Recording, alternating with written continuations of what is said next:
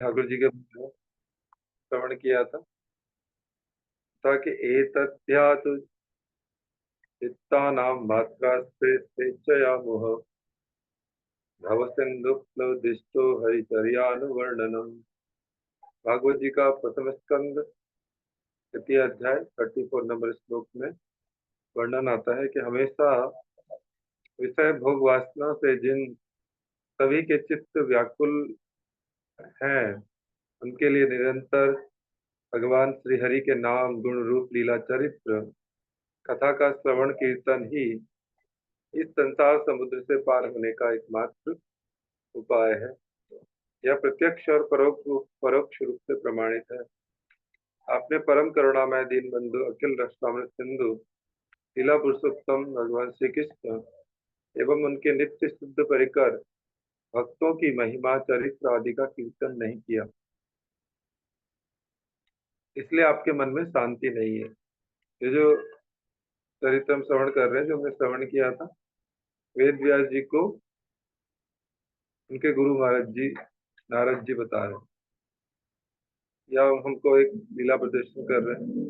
जीवात्मा के नित्य स्वरूपोचित धन श्री कृष्ण भक्ति यथार्थ एकमात्र केवल भगवान श्री कृष्ण के नाम रूप गुण लीला महिमा आदि उनके नित्य परिकर भक्तों के श्री कृष्ण सेवा में निर्मल चरित्र आदर्श और शुद्ध भक्ति की महिमा कथा का कीर्तन करने से आपको पूर्ण शांति प्राप्त होगी।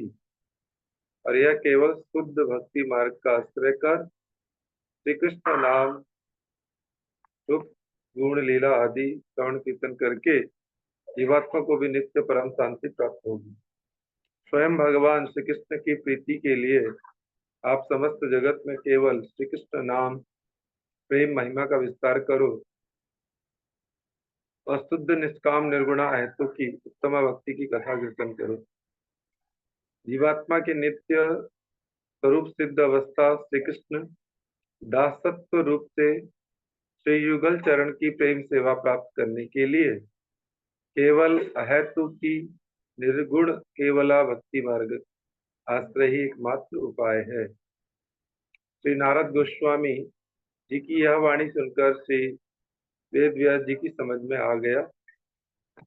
विधाता पितामह श्री ब्रह्मा जी को स्वयं भगवान श्री कृष्ण की कृपा से जो कृष्ण मंत्र काम गायत्री और दीक्षा एवं उनके मुखारबिंद से चतुश्लोकी भागवत प्राप्त हुई थी, श्री ब्रह्मा जी ने यह कृष्ण मंत्र काम गायत्री व दीक्षा उनके मुखार अपने पुत्र देवर्षि नारद जी को गोस्वामी जी को प्रदान की। श्री नारद गोस्वामी जी को अपने पिता श्री ब्रह्मा जी से जो प्राप्त हुए कृष्ण मंत्र काम गायत्री और चतुश्लोकी भागवत, वही श्री कृष्ण देवपायन वेद व्यास जी को उन्होंने उपदेश प्रदान करके अंतर्हित हो गए। श्री गुरुदेव ने देवर्षि नारद गोस्वामी जी के उपदेशानुसार श्री वेद व्यास जी ने तपस्या में मग्न होकर समाधिस्थ अवस्था में भगवान श्री कृष्ण का दर्शन किया। फिर श्री कृष्ण के पश्चात बिजलीवत अत्यंत चंचला उनकी जगत विमोहिनी माया देवी का दर्शन किया। कुछ समय बाद उन्हीं माया देवी के द्वारा रचित संसार कारागार में पतित व आबद्ध असंख्य प्रकार के दुर्दशाग्रस्त जीवों की दशा देखी। देवर्षि नारद गोस्वामी द्वारा दी गई चतुश्लोकी भागवत को 18,000 श्लोक समन्वित एवं भगवान श्री कृष्ण की महिमा कीर्तन के रूप से 12 स्कंद युक्त श्रीमद् भागवत पुराण सम्राट प्रकाशित कर वेद व्यास जी ने अपने मन में परा शांति की प्राप्ति की। स्वयं भगवान श्री कृष्ण ने अनादिकाल से संसार कारागार में आबद्ध अनंत दुखग्रस्त जर्जरित जीवों के उद्धार के लिए प्रेमावतारी स्मृत करना धन विग्रह श्री कृष्ण चैतन्य महाप्रभु के रूप से जीवात्मा के नित्य अविच्छिन्न संबंध एवं धर्म विशेष उस सर्वोत्तम भागवत धर्म का प्रचार किया। समस्त पार्षदों के साथ श्रीमन महाप्रभु जी के मकर ध्यान के बाद शुद्ध भक्ति मार्ग और विशुद्ध भागवत धर्म असुर संप्रदाय द्वारा कोटि कंटका अवरुद्ध होने पर श्रीमती राधिका रानी और श्रीमन महाप्रभु की इच्छा से श्री भक्ति विनोद ठाकुर जी संसार में अवतीर्ण हुए। श्री ठाकुर महाशय ने अक्लांत परिश्रम द्वारा बहुत उपाय से प्रचार करके समस्त शुद्ध भक्ति के प्रतिकूल एवं अपसिद्धांतों को खंडित करके पुनः विशुद्ध निर्मल प्रेम भक्ति धर्म का स्थापन किया। उन्होंने विशेष रूप से तर्कातीत असुमत अस्मुद करुणा करके समग्र मानव समाज व जीव कुल का अत्यंतिक परम मंगल विधान किया। भगवान श्री कृष्ण की इच्छा के विरुद्ध सिद्ध भक्ति प्रचार कभी संभव नहीं है। अगर भगवान की इच्छा नहीं है तो फिर वो संभव ही नहीं है। साक्षात गौर पार्षद व विशेष कृष्ण परिकर व्यतीत किसी में भी इस प्रकार का अलौकिक शक्ति का प्राकट्य संभव नहीं है। भक्तिनाथ ठाकुर का विवाह कोलकाता स्थित गृहस्थ लीला एवं सरकारी कार्य आदि ये सब बाह्य परिचय हैं, उनका वास्तविक परिचय नहीं है। श्री भगवत परिकर व शुद्ध भक्त का अप्रकृत चरित्र और परिचय जगत के अज्ञ मूढ़ भक्ति शून्य मानव समाज कभी भी नहीं समझ पाएगा। श्री भक्ति ठाकुर ने सरकारी शासन विभाग में इतना बड़ा दायित्वपूर्ण पद संभाल कर भी शताधिक 100 से अधिक ग्रंथ विभिन्न भाषा में लिखा एवं प्रचार करे तो कैसे संभव हो सका, यह अत्यंत आश्चर्य का विषय है। उनका लिखित प्रत्येक शब्द शास्त्र सम्मत एवं अतोक्षित भगवत भावोद्दीपक है। जागतिक साधारण विद्वान ज्ञानी पंडित का यह कार्य नहीं है। उनके समस्त लेख स्वतः सिद्ध स्वाभाविक रूप से प्रकाशित है। उन्होंने लेखनी के माध्यम से बहुत से ग्रंथ प्रकाशित कर अप्राकृत शाश्वत बृहद मृदंग की ध्वनि से अनंत काल से माया देवी की गोद में निद्रित श्री कृष्ण सेवा में मुक्त जीव तथा मानव समाज को जागृत करके नित्य शाश्वत आत्म कर्तव्य साधन एवं श्री कृष्ण भजन मुक्त करके जो परम उपकार किया वह जागतिक रूप से वर्णनातीत है। श्री भक्ति विनोद ठाकुर की नित्य श्री हरिनाम संकीर्तन भक्ति भवन को केंद्रित करके नवविधा भक्ति अंग ने अपनी अपनी मूर्ति प्रकाशित करके नौ कन्याओं के रूप से परम आराध्यतमा श्री भगवती देवी की गोद में जन्म लिया और श्री विरजा प्रसाद, कमला प्रसाद, विमला प्रसाद एवं ललिता प्रसाद,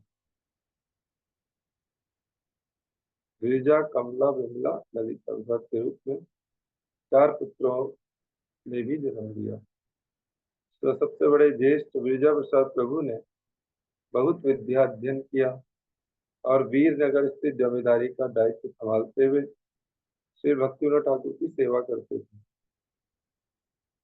मध्यम पुत्र कमला प्रसाद प्रभु बाल्यावस्था से उदार, सरल, भावुक एवं विषयासक्ति शून्य उदास चरित्रवान थे। उनके मन की भावना लोकातीत अस्वाभाविक रूप से देखी जाती थी जो किसी की समझ में नहीं आती थी। स्वयं श्री ठाकुर को भी पता नहीं चलता था। वे युवावस्था में एक भयंकर व्याधिग्रस्त हो गए। श्री भक्ति ठाकुर ने उनकी बहुत प्रकार से चिकित्सा की, किंतु धीरे धीरे वे मृत्यु शैया में पहुंच गए।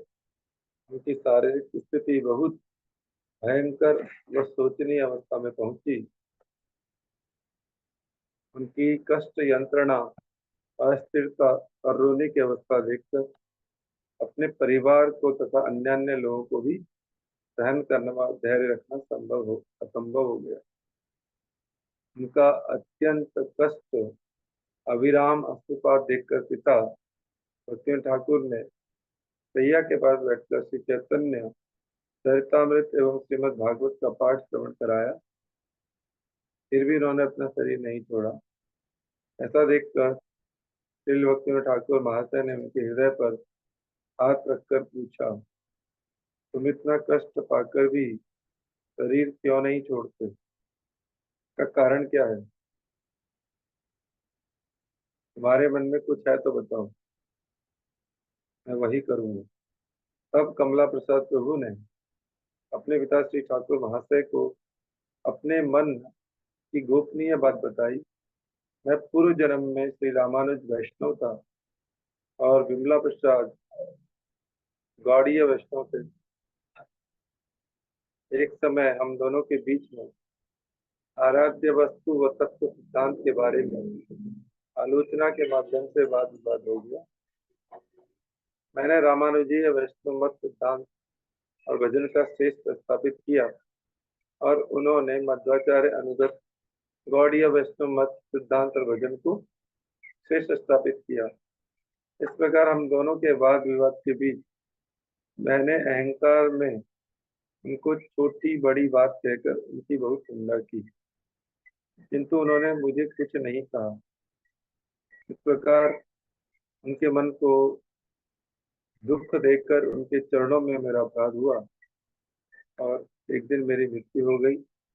भगवत धाम जाते समय बीच में अचानक देववाणी हुई। अपने अहंकार वश विवाद कर एक गौड़ीय वैष्णव के मन को आपने कष्ट दिया है तो उनके चरणों में अपराध किया है। जब तक वे आपको क्षमा नहीं करेंगे तब तक आपको इस जन्म मृत्यु के उस पार मुक्ति से विष्णु धाम की प्राप्ति नहीं होगी। इस प्रकार निर्मल निष्किंचन शुद्ध वैष्णव के चरणों में अपराध के कारण मेरी मुक्ति व भगवत धाम की प्राप्ति नहीं हुई। तब मैंने विष्णु दूत से पूछा, वे वैष्णव कहाँ है, मुझे कैसे पता चलेगा? उनके पास जाकर मैं क्षमा मांगूंगा। यह सुनकर विष्णु दूत ने मेरे प्रति कृपा की और बताया वह वैष्णव भारतवर्ष में नदिया जिला के अंतर्गत अंदर नित्य पार्षद कृष्ण भक्त भक्तिविनोद ठाकुर के तीसरे पुत्र के रूप में जन्म लेंगे। यह कथा सुनकर उन वैष्णव के चरणों में क्षमा मांगने के लिए आपके पुत्र के रूप से मैंने जन्म लिया। जब वे मेरे द्वारा किए हुए अपराध को क्षमा कर देंगे उसी समय मैं शरीर छोड़कर चला जाऊंगा और मुझे भगवत धाम की प्राप्ति हो जाएगी।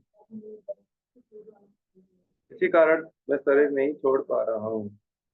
तब श्री भक्तिविनोद ठाकुर ने उनसे पूछा, तुम पूर्व जन्म में रामानुज वैष्णव थे एवं क्षमा प्राप्त करके तुमको मुक्ति भगवत धाम प्राप्त हो जाएगा, यह हम सबको कैसे पता चलेगी? तब श्री कमला प्रसाद प्रभु ने भक्तिविनोद ठाकुर महाशय से कहा, इसका प्रमाण आप सब अपनी आंखों से ही देखोगे।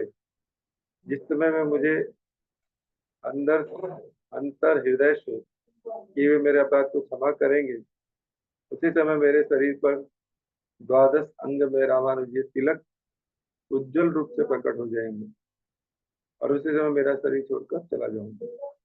यह कथा सुनकर श्री भक्तिविनोद ठाकुर ने भक्ति सिद्धांत सरस्वती गोस्वामी ठाकुर को मायापुर योग पीठ से बुलाया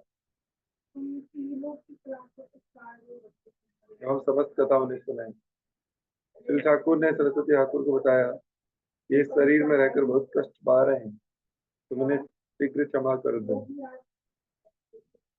इससे उन्हें संसार से मुक्ति मिले, क्योंकि तुम्हारे क्षमा किए बिना वह जा नहीं सकते। श्री ठाकुर के आदेशानुसार भक्ति सिद्धांत सरस्वती गोस्वामी ठाकुर ने बहुत अष्टोपात के साथ रो रो कर कमला प्रसाद प्रभु के चरणों में साष्टांग दंडोत प्रणाम किया और कहा, आप मेरे पूजनीय बड़े भ्राता हैं, ज्येष्ठ भ्राता हैं। मैं आपका छोटा भ्राता हूँ। मैं कनिष्ठ भ्राता होकर आपको कैसे क्षमा करूं? तथापि आपके वचन अनुसार यदि सचमुच मेरे प्रति आपका कोई भी अपराध हुआ है पूर्व जन्म में, तो मैं आज हृदय से आपके सारे अपराध क्षमा करता हूँ। आप नित्य काल के लिए जन्म मृत्यु संसार कारागार से मुक्त होकर श्री भगवत चरणार बिंदु को प्राप्त करें। यही मेरी श्री भगवान के श्री चरण में विनम्र प्रार्थना है। उसी समय कमला प्रसाद प्रभु ने अपने हाथ बढ़ाकर श्री भक्ति सिद्धांत सरस्वती गोस्वामी ठाकुर के चरण स्पर्श किए, तुरंत श्री कमला प्रसाद प्रभु के कथन अनुसार उनके शरीर में द्वादश अंगों पर स्पष्ट रूप से रामानुज तिलक प्रकट हो गया और उन्होंने अपना शरीर छोड़ दिया। सबसे कनिष्ठ पुत्र श्री ललिता प्रसाद प्रभु कुमार ब्रह्मचर्य पालन कर श्री भक्तिनाथ ठाकुर की भजन धारा का अनुकरण कर स्वतंत्र रूप से इत्यादिकरण व गुरु का कार्य करने लगे। सबसे छोटे ललिता प्रसाद, इससे श्री भक्तिनाथ ठाकुर जी को संतोष नहीं हुआ, भक्ति ठाकुर जी प्रसन्न नहीं हुए। फलस्वरूप इनकी संप्रदाय और शिष्य परंपरा अधिक दिन नहीं रह सकी।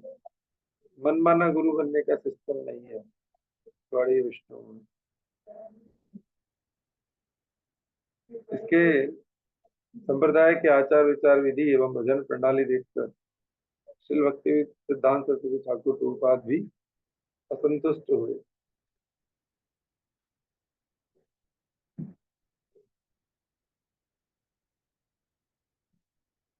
पद्म पुराण बोलती है, संप्रदाय विहीना ये मन दास्ते विपुला मता, अतः कलो भविष्यन्ति चत्वार संप्रदायिनः। श्री ब्रह्म रुद्र सनका विष्णु चिति पावनः, चत्वारस्ते कलो भाव्या कले पुरुषोत्तमा। विद्वान व्यक्ति को निर्दोष गुरु परंपरा का नित्य ध्यान करना होगा। जिससे यहाँ बोल रहे हैं तो विद्वान लोग होंगे वो सही गुरु परंपरा में, सही गुरु पदाश्रय में ही जुड़ेंगे।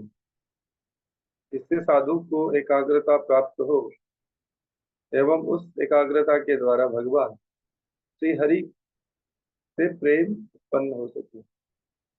पद्म पुराण और गौतमीय तंत्र में इस प्रकार कहा जाता है कि जीवात्मा के नित्य कल्याण के लिए एवं भगवान श्री हरि के चरण प्राप्ति का एकमात्र उपाय श्री हरि कर्तक व्यवस्थापित व अनुमोदित शुद्ध भक्ति मार्ग अर्थात कृष्ण हईते चतुर्मुख, हरे कृष्ण सेवान्मुख, ब्रह्म हईते नारदेर मति, नारद हईते व्यास मंत्र कहे व्यास, व्यास पूर्ण प्रज्ञ पद्मनाभ। इस प्रकार नित्य वैकुंठागत शुद्ध भक्ति संप्रदाय गुरु परंपरा से यथा योग्य नित्य कल्याण लाभेच्छु एकांत शरणागति अनुगत्य में गुरु सेवा शुश्रूषु व्यक्ति शिष्यत्व स्वीकार कर दिव्य मंत्र दीक्षा ग्रहण किए बिना इस प्रकार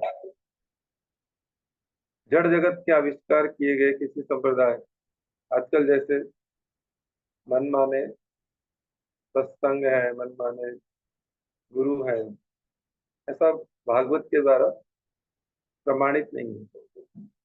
जड़ जगत के आविष्कार, संसार में आविष्कार किए गए संप्रदाय विशेष से प्राप्त मंत्र जप करने से वास्तविक मंगल नहीं होता है। अतः व्यासदेव जी नारायण साक्षात स्वयं भगवान श्री हरि ने जो ऋषि श्रेष्ठ श्रीमन पराशर ऋषि के औरस जात पुत्रत्व स्वीकार कर श्री कृष्ण द्वैपायन वेद व्यास रूप से जीवों को नित्य कल्याण का मार्ग दिखाने के लिए इस संसार में अवतीर्ण हुए हैं। अचिंत्या खलु ये भावा दत्तास तर्केण योजये, प्रकृतिभ्य परम यच्च तद अचिंतस्य लक्षणम। अर्थात जीवात्मा को श्री भगवत पाद पद्म प्राप्ति रूप नित्य कल्याण साधन अचिंत्य जगत में श्री भगवान और उनके भक्त की कृपा के बिना असंभव है। श्री कृष्ण द्वैपायन वेद व्यास जी ने जीवों को कल्याण का मार्ग दिखाने के लिए चारों वेद, वेदांत, उपनिषद, पुराण, इतिहास, महाभारत, श्रीमद् भागवत जी प्रकट करके समस्त जीव जगत को संदेश दिया। इस कलिकाल में 4 विश्व संप्रदाय आविर्भूत हुए होंगे। जगत में परम पवित्रता संपादनकारी विष्णु भक्त, श्री संप्रदाय, ब्रह्म संप्रदाय, रुद्र और सनक, ये 4 संप्रदाय भगवान की इच्छा से उत्कल देश पुरुषोत्तम श्री जगन्नाथ क्षेत्र में आविर्भूत होंगे। चारों के चारों संप्रदाय ब्रह्मा जी से, लक्ष्मी जी से, शिव जी से और कनक सनंदन सहस कुमार से, जो इसके बारे में हम आपको मंदिर में भी बताते हैं कि इस प्रकार से ब्रह्म माध्व हमारा ब्रह्म माध्व गौड़ी संप्रदाय, रामानुज संप्रदाय, भक्त संप्रदाय और श्री संप्रदाय।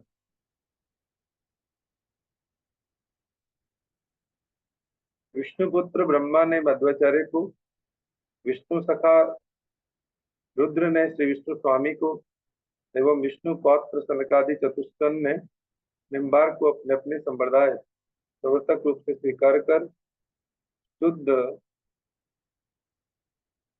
भगवान की विष्णु शक्ति जो लक्ष्मी देवी है हमसे श्री रामानुज संप्रदाय शुद्ध भक्ति धारा प्रवर्तन की आज्ञा दी। कलयुग में यही चार संप्रदाय दिव्य दीक्षा मंत्र प्रदान कर शिष्याधिकरण द्वारा शुद्ध भक्ति साधन एवं भजन की शिक्षा प्रदान कर जीवों को श्री हरि के पाद पद्म प्राप्ति रूप नित्य मंगल तथा कल्याण करेंगे। श्री गौर प्रिय पार्षद श्री नरोत्तम दास ठाकुर प्रेम विलास ग्रंथ में लिखा है, प्रेम पुरुषोत्तम स्वयं भगवान श्री गौर सुंदर संन्यास ग्रहण कर नीलांचल में जाकर रहे। प्रथम वर्ष में वृंदावन जाने के लिए रामकेली ग्राम पहुंचे। वहां श्री रूप सनातन से भेंट एवं उन पर कृपा करके कनाई नाटशाला गांव में पहुंचकर आनंद पूर्वक कीर्तन व नृत्य करते समय भाव पूर्वक नरोत्तम नरोत्तम नाम कहकर पुकारने लगे। श्रीमन महाप्रभु का इस प्रकार का भाव देखकर नित्यानंद प्रभु जी ने पूछा, इसका कारण क्या है? श्रीमन महाप्रभु जी ने कहा, देखो श्रीपाद, आपकी महिमा आपको पता नहीं। नीलांचल जाते समय तुमने प्रेम में विह्वल होकर क्रंदन किया था, रोए थे। तुम्हारा वह प्रेम मैंने आंचल में बांध कर रख लिया। नरोत्तम को वही प्रेम देने के लिए मैं पद्मावती के पास वह प्रेम रखूंगा। के बाद नरोत्तम को वही प्रेम देने के लिए श्रीमन महाप्रभु कुतवपुर तक आकर पद्मावती नदी में स्नान करके नदी किनारे प्रेम से विवल होकर बहुत नृत्य कीर्तन करने लगे। श्रीमन महाप्रभु ने पद्मावती देवी को संबोधित करते हुए कहा, पद्मा, ये प्रेम ले लो, इसे गुप्त करके रखना। जब नरोत्तम आएंगे तब उनको ये प्रेम दे देना। तब पद्मावती ने कहा, मुझे कैसे पता चलेगा कि नरोत्तम आए हैं? तो श्रीमन महाप्रभु ने कहा, जहार परे से तुम में अधिक उछलीवा सही तो नरोत्तम प्रेम तारे तुम्हें दीवा। इस स्थान पर श्रीमन महाप्रभु नरोत्तम के लिए प्रेम रख कर गए। बाद में वही स्थान प्रेमतली नाम से प्रसिद्ध हुआ। श्री नरोत्तम ठाकुर की उम्र 12 वर्ष थी। उस समय श्रीमन नित्यानंद प्रभु ने स्वप्न में अपना दिव्य दर्शन प्रदान कर पद्मावती के पास रखे हुए प्रेम को लेने के लिए आदेश किया। नरोत्तम ठाकुर स्वप्न आदेश होकर एक दिन अकेले पद्मावती नदी पर आकर स्नान करने लगे। उनके चरण स्पर्श मात्र से ही पद्मावती देवी ने ऊंची तरंग लहरी प्रकाश पर अत्यंत आनंद पूर्वक उछलने लगी। पद्मावती देवी को पता चला यही नरोत्तम है। तब पद्मा देवी ने श्रीमन महाप्रभु का आदेश स्मरण कर नरोत्तम को वही प्रेम प्रदान किया। नदिया जिला अंतर्गत अग्रदीप चाखंदी ग्राम निवासी गाड़िया ब्राह्मण श्री गंगाधर भट्टाचार्य थे, जो बाद में श्री चैतन्य दास नाम से परिचित हुए। श्री गौरांग महाप्रभु संन्यास ग्रहण करके नीलांचल गए। उसके बाद एक समय अचानक श्री चैतन्य दास को पुत्र प्राप्ति के लिए मन में बहुत अभिलाषा हुई। एक दिन पत्नी श्रीमती लक्ष्मी प्रिया देवी से अपने मन की बात कही। देवी ने उन्हें नीलांचल जाकर श्रीमन महाप्रभु के चरणों में अपने मन की अभिलाषा निवेदन की परामर्श दी। तब पत्नी के साथ श्री चैतन्य दास ने नीलांचल यात्रा की। उनसे मन महाप्रभु के दर्शन कर उनके श्री चरणों में अपने मन की अभिलाषा निवेदन करने का विचार किया। ठीक उसी समय अंतर्यामी श्रीमन महाप्रभु ने समस्त भक्तों से कहा, चैतन्य दास के मन की अभिलाषा श्री जगन्नाथ देव अवश्य ही पूर्ण करेंगे। श्री जगन्नाथ देव कौन सी इच्छा पूर्ण करेंगे, यह जानने की जब भक्तों ने जिज्ञासा की, तब श्रीमन महाप्रभु ने गोविंद द्वारा श्री चैतन्य दास को पास में बुलाकर भक्तों से कहा कि चैतन्य दास को पुत्र प्राप्ति की कामना हुई है। उनके यहाँ श्रीनिवास नाम से एक पुत्र रत्न का जन्म होगा। वह पुत्र हमारा अभिन्न प्रेम स्वरूप होकर समस्त जगत को प्रेम दान करके सबका उद्धार करेगा। रूपादि द्वारा मैं समस्त भक्ति शास्त्र प्रकाशित कराऊंगा एवं श्रीनिवास द्वारा उन्हीं भक्ति शास्त्र को समस्त जगत वासियों को विस्तृत कराऊंगा। अतः श्रीनिवास प्रभु श्रीमन महाप्रभु के द्वितीय स्वरूप हैं।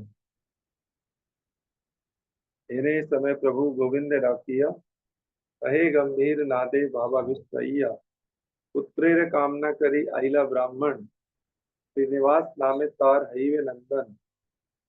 श्री रूपादि द्वारे भक्ति शास्त्र प्रकाशिव, श्रीनिवास द्वारे ग्रंथ रत्न वित्रिव। मोर शुद्ध प्रेमेर स्वरूप श्रीनिवास, कार्य देखे सर्वचित्ते बाड़िले प्रेम वृंदान। फिर गौर प्रिय पार्षद श्री हृदय चैतन्य प्रभु का शिष्य रत्न मुखी कृष्णदास श्री श्यामानंद प्रभु को स्वयं श्रीमती राधा रानी कृष्णभानु नंदिनी ने निज हृदय मंदिर से हृदय धन भगवान श्री कृष्ण श्याम सुंदर के साथ श्री कृष्ण प्रेम देकर समस्त जगतवासियों को नित्य विशुद्ध निर्मल श्री कृष्ण प्रेम भक्ति वितरण करने के लिए संसार में भेजा।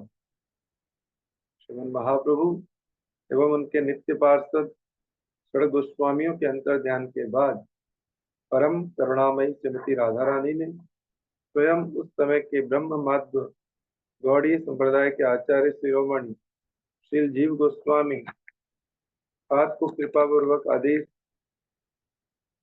दिया कि नरोत्तम, श्रीनिवास और श्यामानंद को बंग, बिहार और उड़ीसा में पुनः श्रीमन महाप्रभु की वाणी और विशुद्ध प्रेम भक्ति धर्म श्री हरिनाम संकीर्तन तथा गोस्वामियों के द्वारा लिखे हुए समस्त ग्रंथ का प्रचार करने के लिए भेज दो।